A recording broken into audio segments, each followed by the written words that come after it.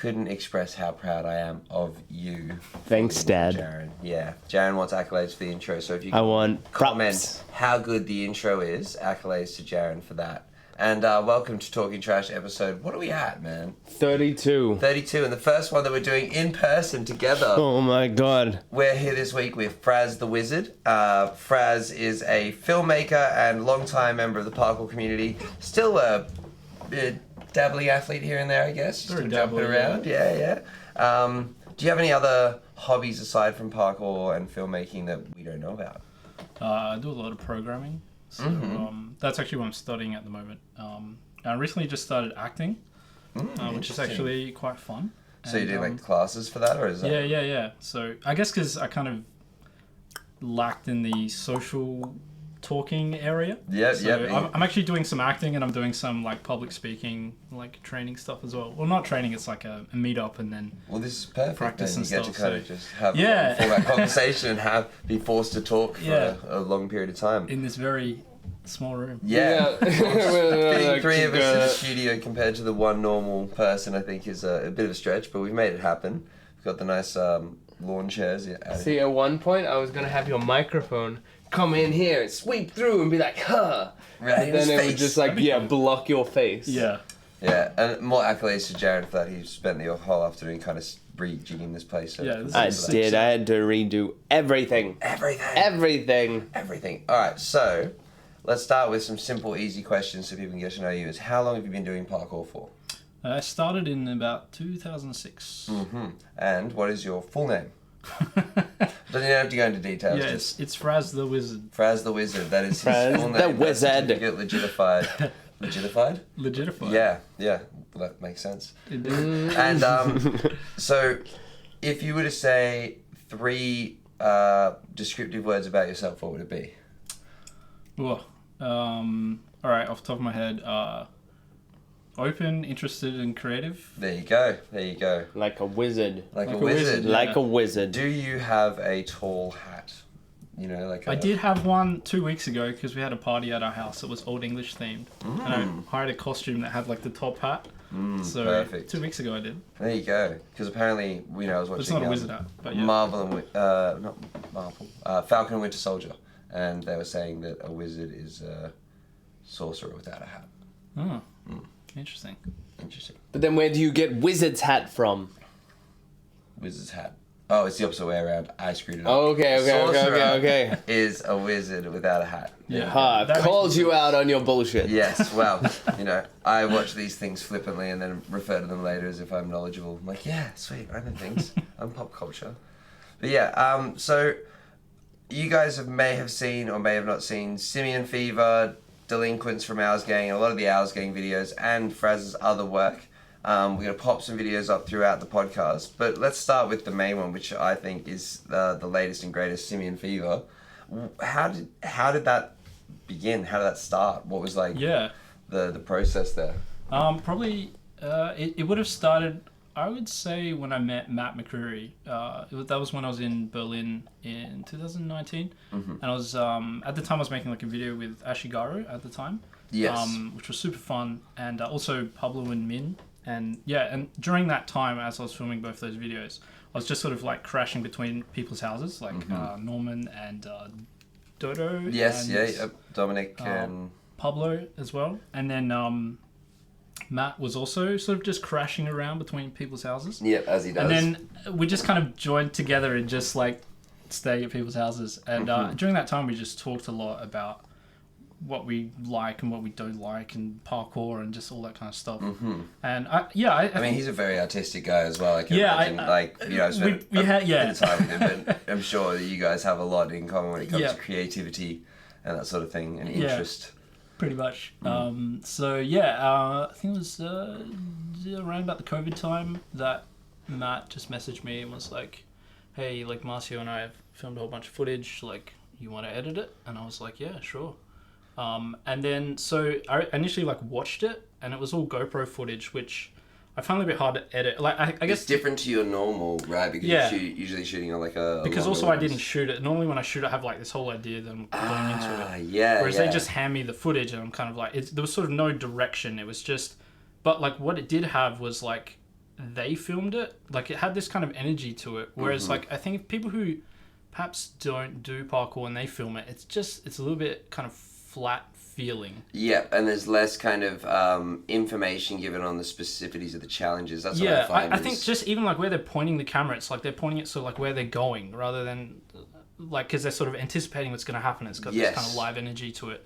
So I received that footage, but probably the thing I found the most challenging was there's like heaps of open space in every shot. Normally I film things quite tight, like I want to see people's faces, like this kind of shot. Yeah. So then I was like, I'm not sure what to do with this. But then I just kind of took that as an opportunity to like put all my animation in there. Do you have any like formal training for animation editing, or is it more just like what you've done over the years is developed? YouTube videos, yeah.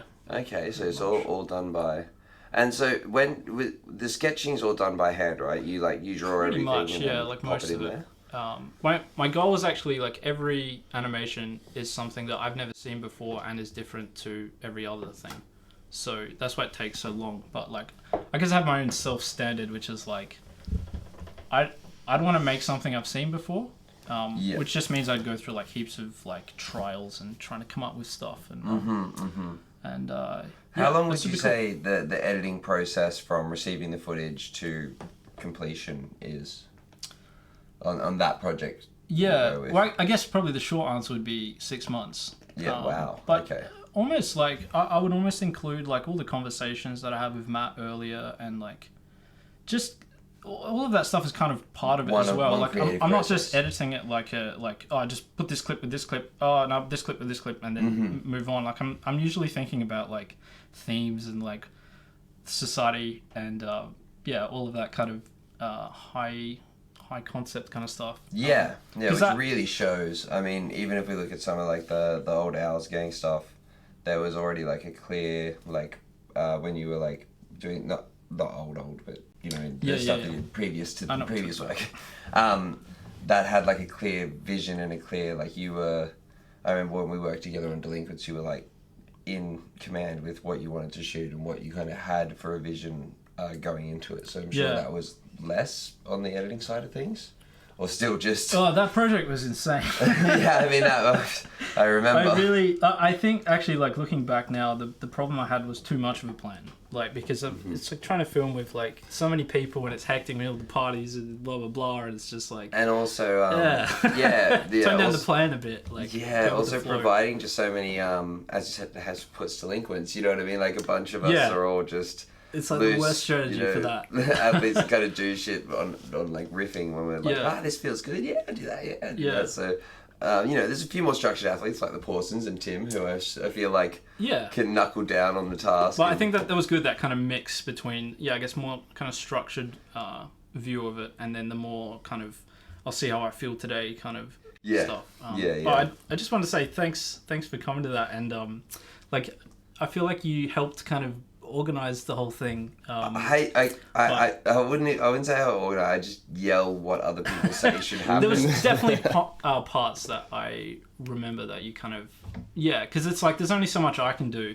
Like it's sort of it's up to everyone coming together, and then I feel like thanks. So and you're welcome. I mean, I didn't. Because that was really challenging for me. So it is hard to kind of lead or command a large number of people, especially if you're not like a loud person naturally. Well, there's that as well. I've got like a million things in my head, which is like, well, I want to film this shot and these people would be good, but I need this angle. And I had like 4 cameras and I was trying to like delegate filming jobs. And then it's like, because I spent like a week scouting Brisbane to like see where everything was. And then I was like, we'll do this shot and then on this one. So I had like all this stuff going in my head. So it's really hard to go from that into like social mode. Like, oh, this guy's not feeling like ready, maybe we'll get this guy. It's just like just a point where you're just it's kind of like when you think about it, it's kind of like when you're doing on season NBA or something like that, you got to trade you got to have someone who's organizing that stuff and then someone who's doing the player work and interacting with them. I think that's why on film sets they have like a director and a assistant director producer who's like organizing all the like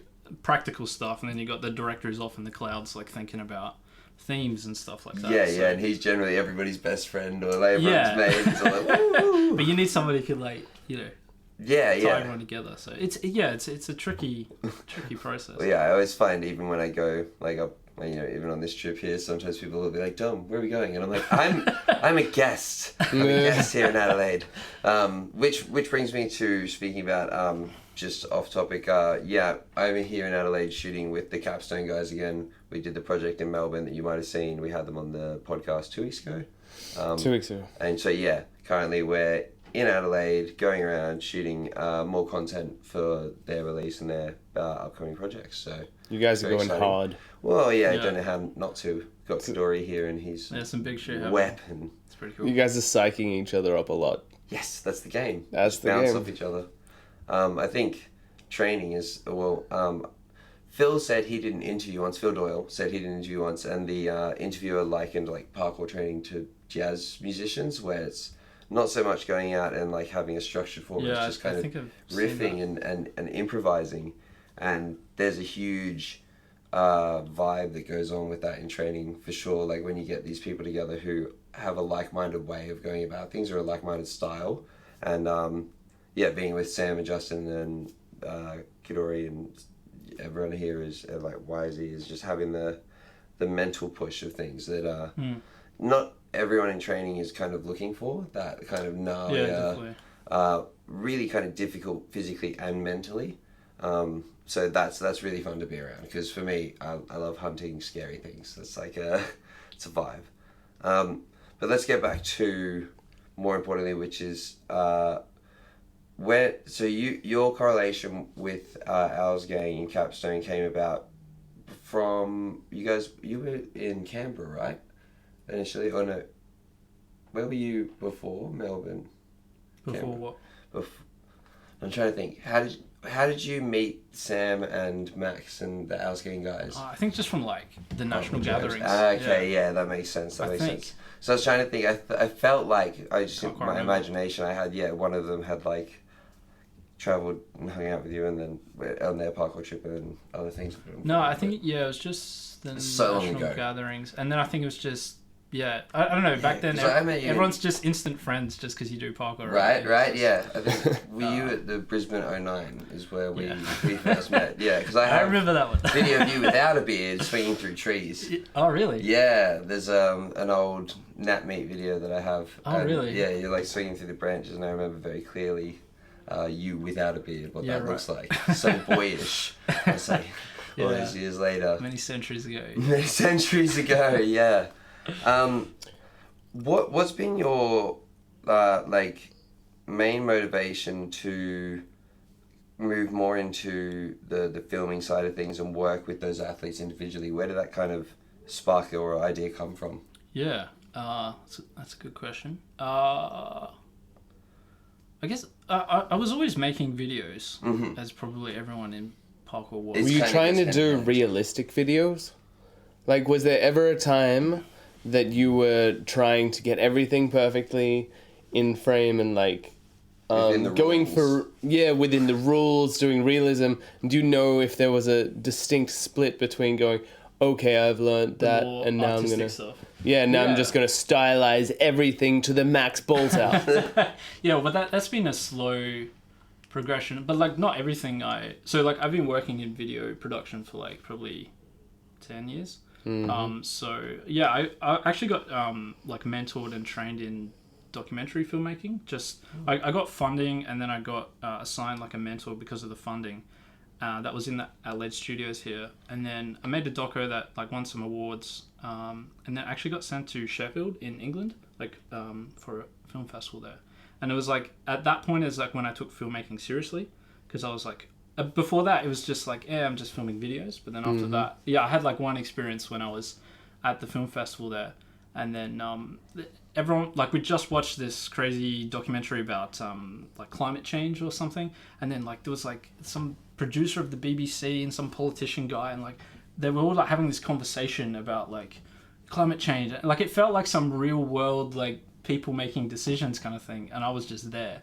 And then someone like turned to me and was like, what do you think? And I was like, there was this moment in my mind where I was like who the fuck am I? I'm just some guy. And then I was like, oh, maybe I could make something that's like worth watching, or like it could have some sort of impact or something. And then I took things a little bit more seriously in terms of like my own like creativity. Where you want it to come from. Yeah, like maybe I've got something to say that's like worth watching or hearing. So I think from there is when I sort of took it a little bit more seriously. But in terms of the like the artistic creativity stuff, I think that's just more like I guess having the confidence to explore certain things visually. And not only the confidence with the patients, right? It's got to be something that's more like tedious than just whacking together a vlog, you know, maybe you just put it out there. Yeah. You know, there's, as you said before, there's a lot of forward and back where you kind of go into it and then you go, oh, I'm going to rethink this strategy. And so that's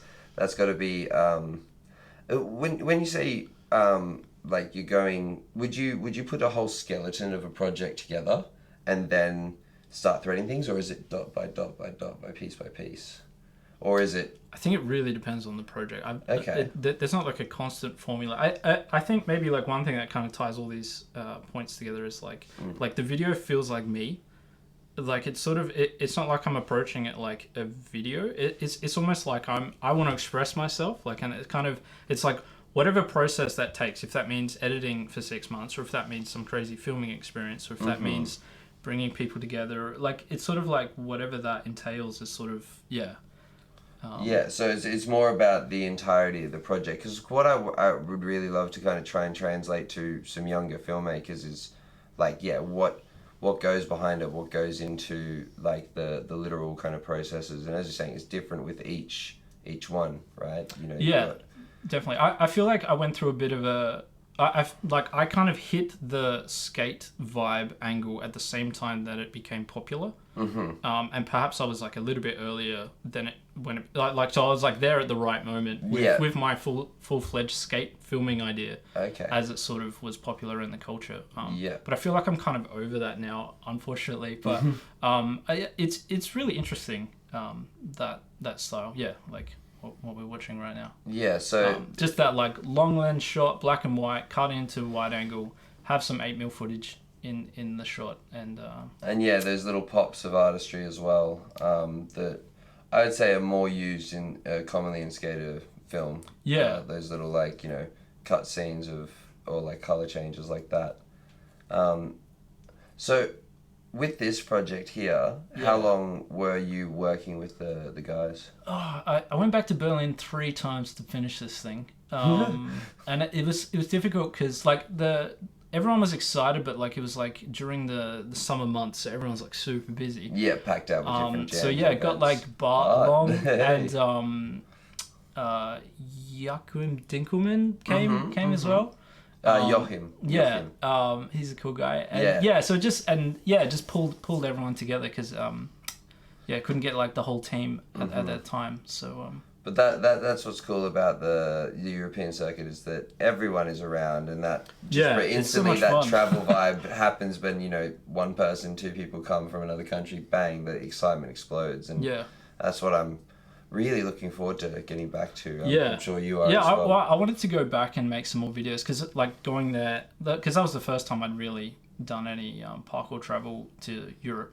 And meeting all these people, it's just, wow, there's so many people to make videos with here, so many different styles, like I wanted to go back this year, but so is there any kind of plans that you know of, or any kind of hope of traveling in the near future, or is it all still on hold? At the moment I've kind of switched focus to studying programming. Okay, so is that like a full-time? Yeah, it's full-time study. So wow. But it kind of it sort of all comes back because editing, I've found, is you basically just working with data. Like you're working with visual data and sound data, and then if you're doing a lot of animation, you're just mostly creating scripts basically to do this and like quicken this process. So you're doing a lot of like analog stuff, but then in order to like transfer it into the video itself, you're doing quite a lot of just basically it just ends up being scripting.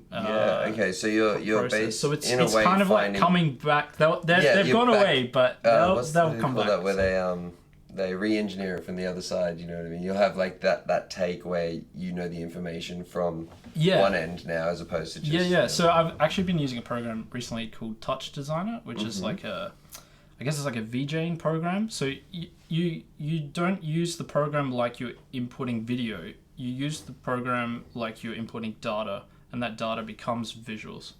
So I've used it for a couple of things. Like I used it for one shot in Simian Fever, when like all the crazy colors are coming off matte.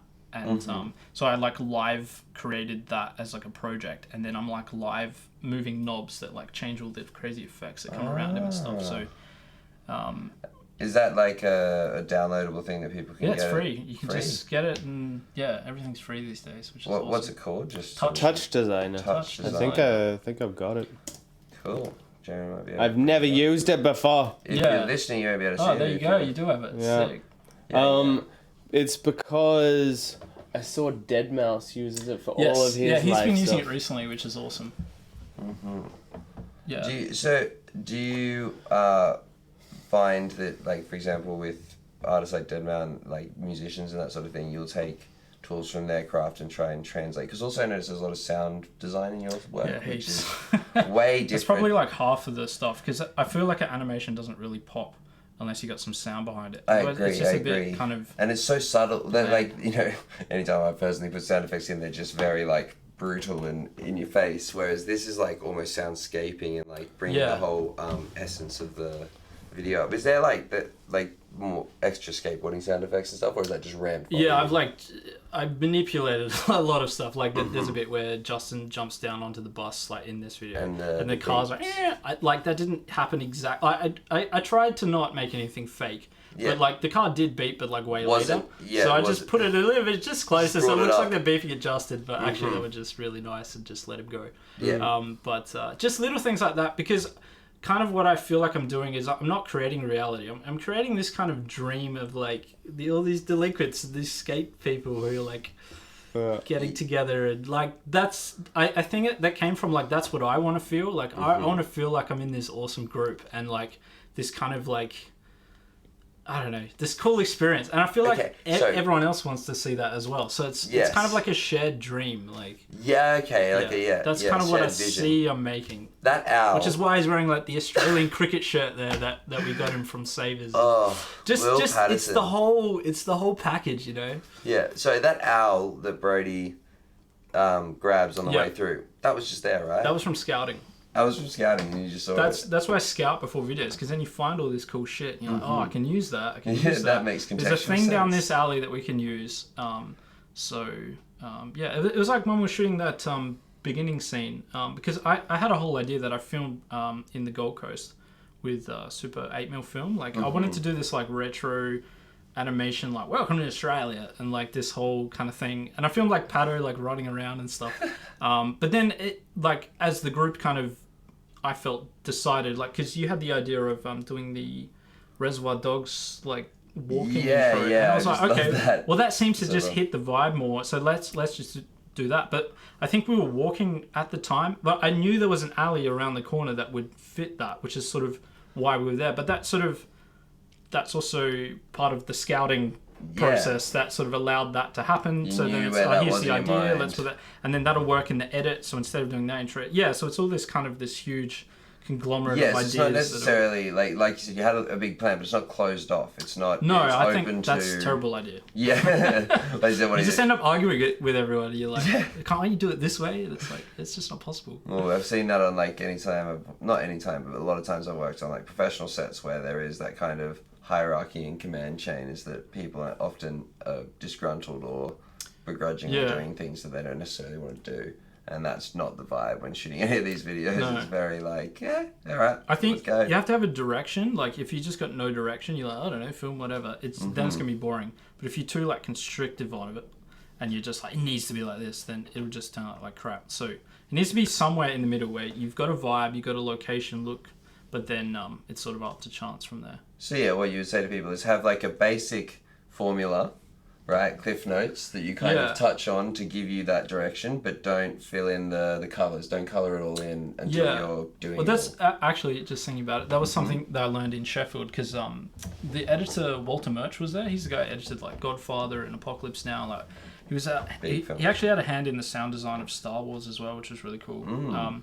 He was, I've read about a bunch of his books as well, and he's got a lot of ideas, but one of them was the idea between I think it was like order and chaos, and like you want to be somewhere in the middle, because if you've made it all perfect, then it's just boring and it's kind of like sterile, whereas if it's like too chaotic, it's like I don't know what I'm watching. So yeah, you're sort of aiming for something in the middle. So yeah, no, that's great. That's really, I think, useful knowledge that people can take with them when they're looking to make their own projects and try out their own films and that sort of thing. Is finding a middle ground. Don't be too strict, and also have a direction.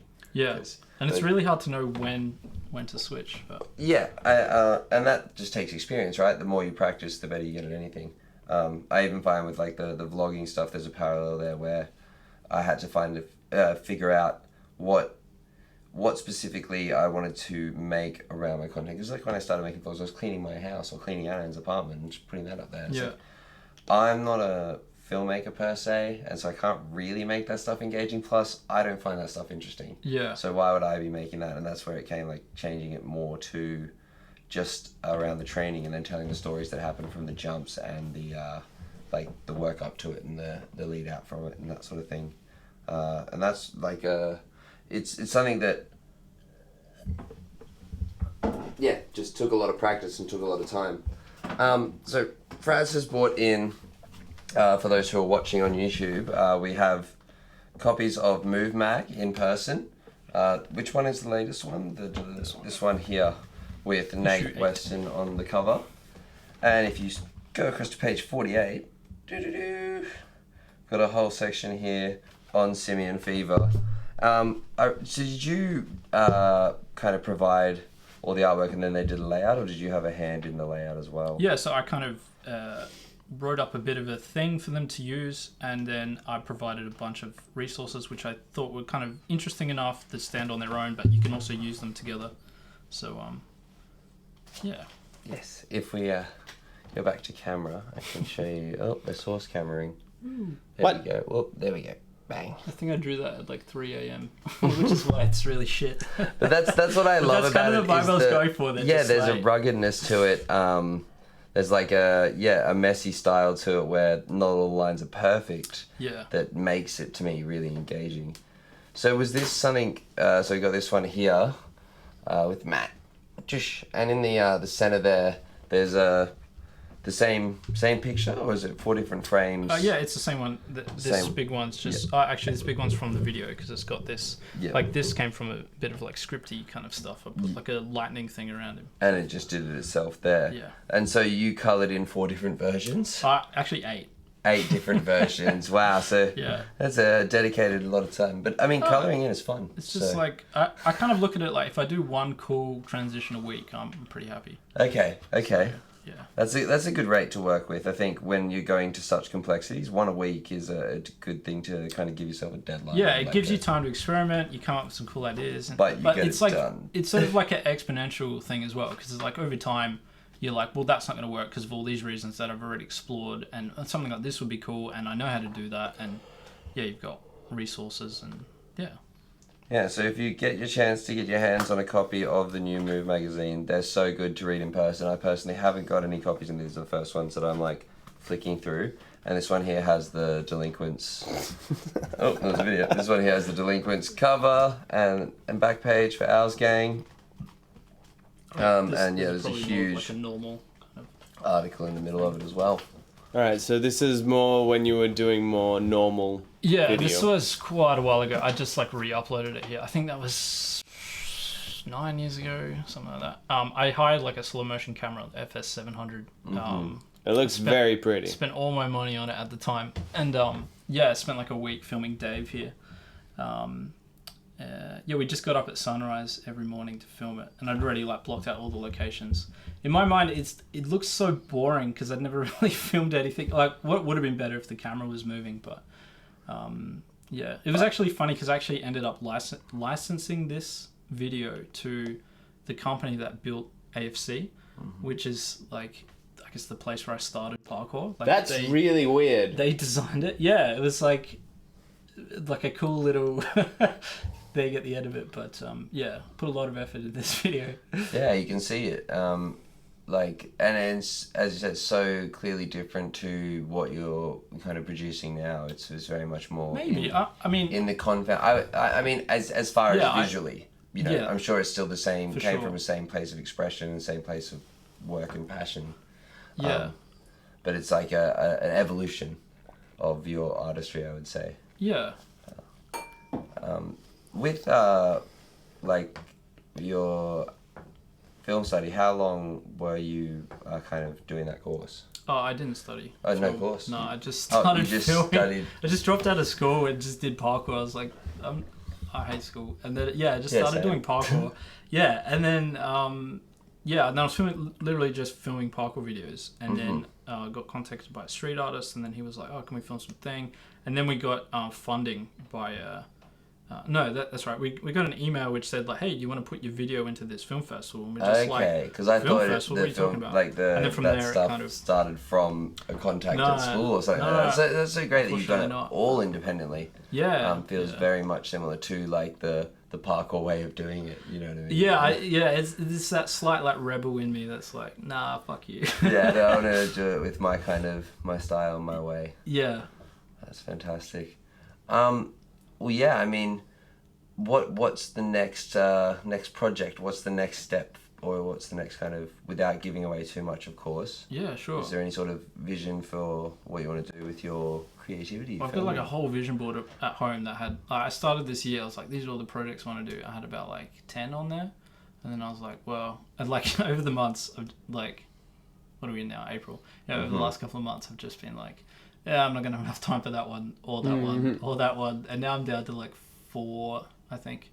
So I've got like, I think 3 videos that I've actually filmed. I'm just in the process of editing, but I'm working with like, I think 3 animators, because it just takes way too much time. So I'm working with like a little team. few other people who then we can all work together. But that's Yeah. proving quite difficult. So As any kind of team thing goes, it's Yeah, just, it's like a the whole coordination kind of thing. Yeah, it might be less time consuming, but there's other factors that come into play that, you know, when you're by yourself, it doesn't you can just do it all. Yeah, so but probably a good answer to that question would be I'd love to do a project with Oleg Warslov. Like that would just Okay. be like the coolest thing ever. Like Yeah. I'd love to just go to like wherever the hell he lives and just be like, I'm here with a camera, let's film a video. Well, I mean, yeah, if anybody knows Oleg and can hook that up, you make that happen, yeah, Fraz would be a very happy man. I think that's something I would love to see as well, is, yeah, you working with people like that who are incredibly creative minds as well, and then that kind of Well, he's been bouncing so off each other. inspirational for like so many years. Like he's had several like massive hit videos. Yeah. That really like inspired me. He recently made that Genius Home video. Yes, That, yeah. like half an hour. Yeah, half an hour edit. Like so much energy and like time must have gone into that. Yeah, and you can tell like a lot of passion. Like he was really, really committed to every part of it. It was like I'm amazed he's still like going. Like not that. Yeah. Yeah. He's Like still I at mean, that same level. Like yes, of doing of stuff. production. Like yeah. And like ability, yeah. It's so funny because for me, I felt like my spirit animal or my idol was Danny. And then if you look at sure, yeah. Pasha, he always says like he wanted to be Oleg. Yeah. And it's very clear in the style differences that they went down. Like Oleg has always been that frontier of like ingenuity, like flexibility, creativity, and using like, you know, the sport in a different way. One thing I found, so like the first parkour video I ever saw was a video of David Bell. It was like the BBC pub rush hour thing. That was on like Meta Cafe, like pre-YouTube kind of stuff. And I saw it and I was like, that's cool, but I didn't like sort of put myself into that video. Whereas when I saw the Russian climbing video, which was Yes. Oleg's one, I put myself in there and I was like, I can do this. And that's kind of, I guess, I've thought about it for a while, but I think that's kind of what I'm trying to do. I'm trying to leave the rawness to it. I'm not trying to finish it and polish it off. And it's a cool piece, but it's like, it's accessible. Yeah, it's like accessible. something about it, which Yeah, is kind of what there's a rawness skate to it. videos A have. rawness to it, I think, is a great way to kind of put a word on it. Is as opposed to having this, the way this stylish product, the way that everything looks in the commercial world, the way that it is meant to look. Per se. It looks perfect, and I don't care. Like yeah, and then it loses its value because everything looks that same way and everything has that same kind of uniformed perfection to it. Yeah. So yeah, it's really cool to have that portrayed through what you're working with, and I definitely see. I'm a big fan. I think really that's a nice place for us to wrap it up. Is there anything more that you'd like to plug channel wise or please?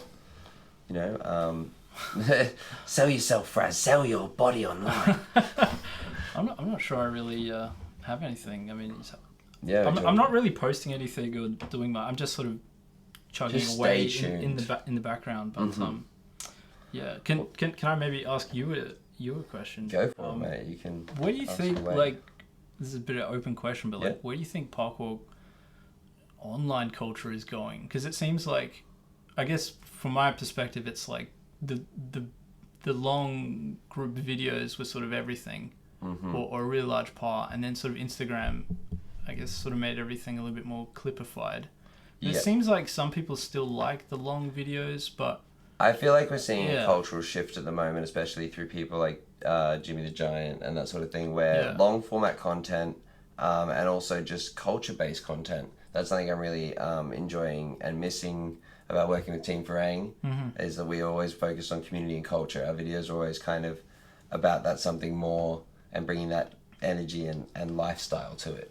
And working with the Capstone guys because they're near home is that raw, like vibe, I guess is the word. And those videos I think have such impact and are coming around more. I think the way I would see, if you were to say where I see it going, is more diverse now.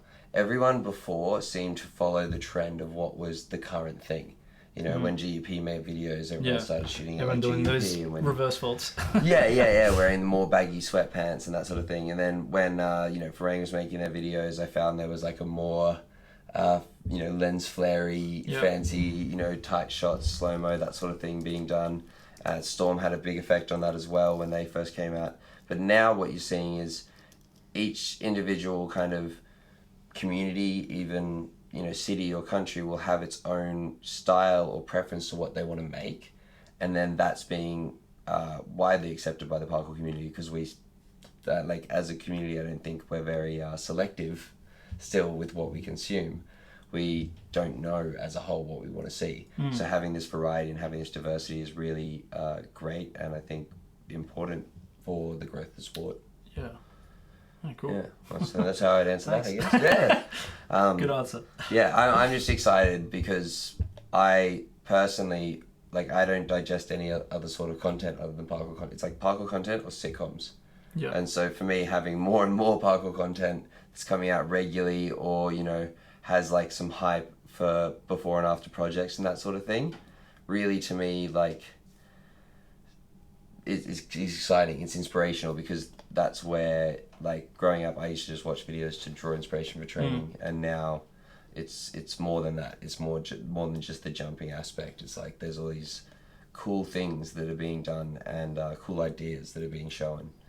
So yeah. Can I ask another question? Go for it. I mean, a time limit? No, there's no sort of time limit. Okay. I was just thinking, I'd run out of things to ask. Yeah, one thing I've been thinking about, because this is a super open question. It's more of a statement, and then what do you think about this? But I'm sort of wondering where I fit into it, because it's I don't train. I'm not out there every day doing jumps. I just sort of it's almost like I used to do parkour, And now it's like, well, like, what am I doing here? Like, and I Interesting. felt that when I was in Europe, like, I was hanging out, and it's like, as soon as I've sort of like put down the camera, like, I'm still there, but it's like, I'm like, it's kind of like, why, like, what So am I doing here? For me, on the flip side of that being someone who, like, I would rather have filmmakers around more because I don't want to have to pick up the camera to shoot content, but I want to have clips of the content. And so, like, and it's like, you think about Scott Bass, right? Scott Bass is the perfect example of a parkour filmmaker who is around all the time. I rarely see Scott do a jump. He can. He used to do lots of jumps, but it's more that he's there, he's part of the vibe, he understands the energy, he understands the methodology of the athletes, which is really important, because a lot of, like, filmmakers who come in from other forms and other crafts, they have a certain rule set or disillusionment into how it works, and then that can't necessarily fit their structure, or it's jarring for the athletes to work with. Whereas having people who come from parkour and want to make artistic film, I think, is something that should be more prevalent at jams, events, general, just in the community. I don't think, as parkour is growing now, you don't necessarily need to be like only out there trying to progress and trying the hardest thing. It's like there is a social aspect to it, and there is when I was growing up, all of like 17 to 20, all of my friends, as you said, was just parkour people. You just met instantly, you were friends because you had this unique bond. And I see a little bit less of that with the younger community, because there's just, I think, because it's more not as people like doing it. special, like unique. It's sort of like, it's quite commonplace. Yeah. Well, I think that's the mindset. Is really, if you think about it, with the turnover of athletes, there's not that common still. It's still quite rare. Right. And we know most of the people training in Australia.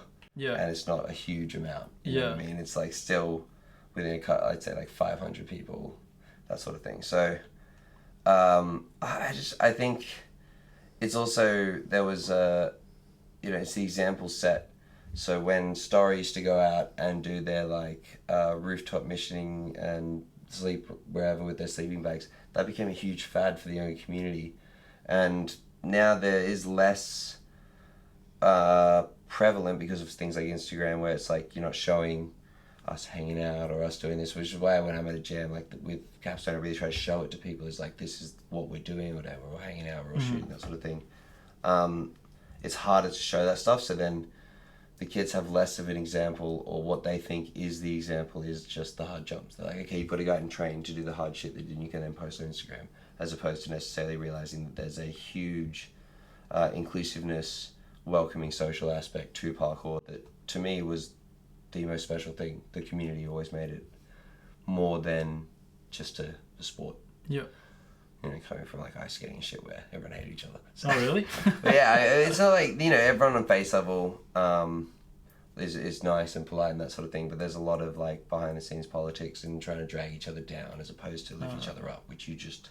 Yeah, I haven't there's actually a experienced really parkour. positive like parkour thing. Like, it's like awesome. Like, Yeah, one of the that's really messages from early on, I guess, of like deriving of ego has kind of leaked into non-competitiveness through the sport. So, I mean, I don't know any athletes who are trying to be better than any other athletes, and that makes us kind of different to a lot of sports straight away. I've definitely noticed that, which is awesome.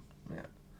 Because, there's a competitive spirit. Like, if someone does something, you kind of want to, like, do it or one-up it or, like, But not to, like, destroy them. It's no, kind of not like about them. friendly It's like they've given you competition. inspiration to, or they've given you the fire in your belly to then make that happen. And especially when, like, say, for example, someone's cracking a jump and then someone's trying to do a variation. It's like the person who cracks it unlocks this new potential for that next person, because without one or the other, it wouldn't have happened. It's just that like team spirit that comes with community and friendly rivalry, or like, I don't like saying rivalry because it's not that at all. That's like not the it's not correct quite it. use of the word. It's like team spirit, I guess. Yeah. Or when I'm at training, that's what I feel is the team spirit of everyone who's out there. Yeah. Sick. Sick. Well, yeah. Any more quizzical? Probably heaps, but Probably heaps, but yeah, we can do another time soon. I can yeah. do it via Zoom call next All time. my questions are really like abstract and open. And No, feel but like I they're love not. that. It's a good conversation. I mean, Because I that's normally great. just think about this stuff, but it's just like, Well, I'm realizing that I can actually have guests from the Adelaide community on here.